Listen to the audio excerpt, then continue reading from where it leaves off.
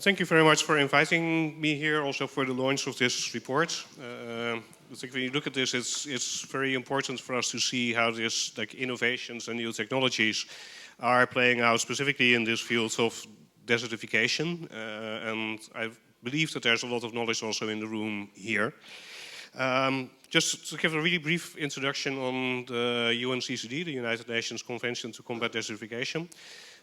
It's a UN convention bringing together 197 countries in the world who decided to work together on fighting desertification, land degradation, and droughts.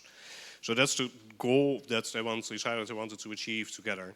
A few years ago, countries all agreed that on the concept of land degradation neutrality, which means net zero by 2030, and 129 countries have committed to that as something that they want to work towards.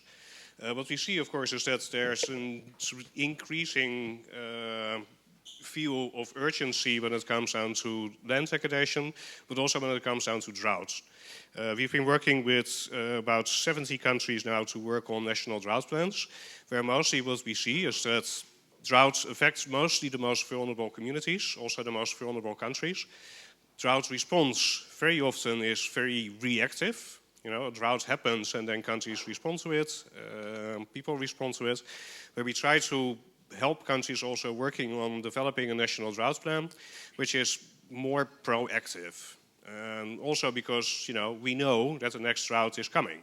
It's not going to be a surprise. Please don't be surprised when the drought is coming again, but make sure that you prepare and that you get ready for that. One project, before I wanted to talk about technology, one project that I also wanted to highlight that we've been working on is the Great Green Wall of Africa. That's also a project that we've been talking about with the people from DeserTech here. Great Green Wall of Africa is a purely African initiative. It's managed by the Pan-African Agency of the Great Green Wall. And what they're building is that they're building an 8,000 kilometer green wall along the desert to try to at least stop it from encroaching and expanding and growing. But like I said, drought is really something that we see right now as being like very much in the picture, because that is something that at the moment is affecting every single country. I'm from the Netherlands. It's a very wet country, suffering from droughts, even this year. We also see that drought has increased about 29% in the last 20 years. And there's a report you can find on our website, Drought in Numbers, which sort of shows you the urgency of drought right now. But what we see at the moment is that 55 million people are directly suffering the consequences of droughts. When we look at how we as the UNCCD can work on this, and that's also what how we've been engaging with DeserTech on this, is that we work on collaboration. We assist countries, we help countries to work together to address this issue together. We work with governments, scientists, private sector, to see how we can jointly address this type of issues. So that's always very much at a high level as well. You can get many countries to talk together and collaborate together. But in the end, of course, all the solutions that we're looking at, solutions are on the ground. We talk about drought, talk about land degradation. It's in the soil, it's on the ground. That's why I think that technology and innovation is super important. That's why I think it would also be inspiring to see what brings everybody here together in DeserTech. What are you guys all doing on the ground? I mostly work with governments. I don't really see that many projects on the ground. So I think it's interesting to also see, like, okay, what are you coming up with and what's actually happening there? So one of the areas that we're working on is technology transfer, and for that we see DeserTech as a very important example. It's something that all countries have agreed is something that's important if you want to address desertification, is to also look at technology transfer. We look at technology transfer, I always define that in two separate parts. You can have the vertical technology transfer, and I think that's a lot that's happening in the countries, which is talking about startups, but how you get a technology from the research and development phase, from the innovation phase, into suitable markets.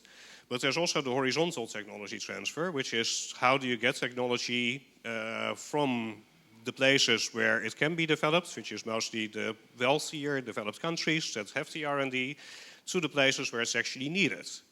Because ultimately drought and land degradation is a global issue. And if drought is happening in another country, it will also be affecting you.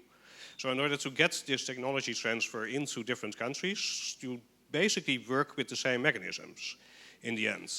If you talk about an innovation, how do you get an innovation into a suitable market?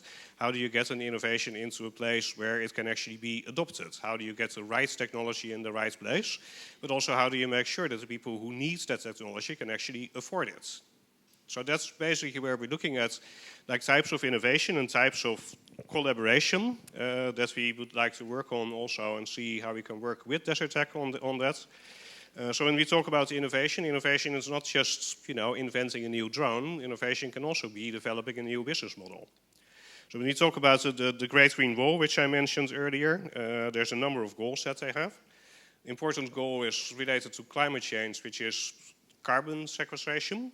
And so they have to set the goal to sequester 250 million tons of carbon.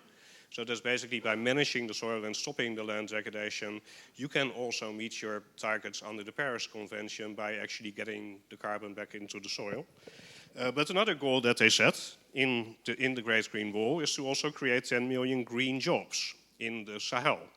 So if you look at innovation, maybe we can also see if we can get more innovative business concepts where we can say, okay, so maybe you invented something, it's desperately needed in a country in the Sahel.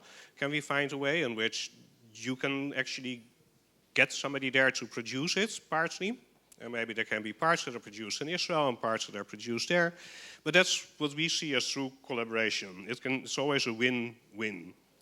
So that's basically where what we have been meeting about with DeserTech so far, because DeserTech is a great example. And I think the Israeli technology that we see here and all the creativity and ideas and innovation that we see in the room here today is something that we see as a perfect example.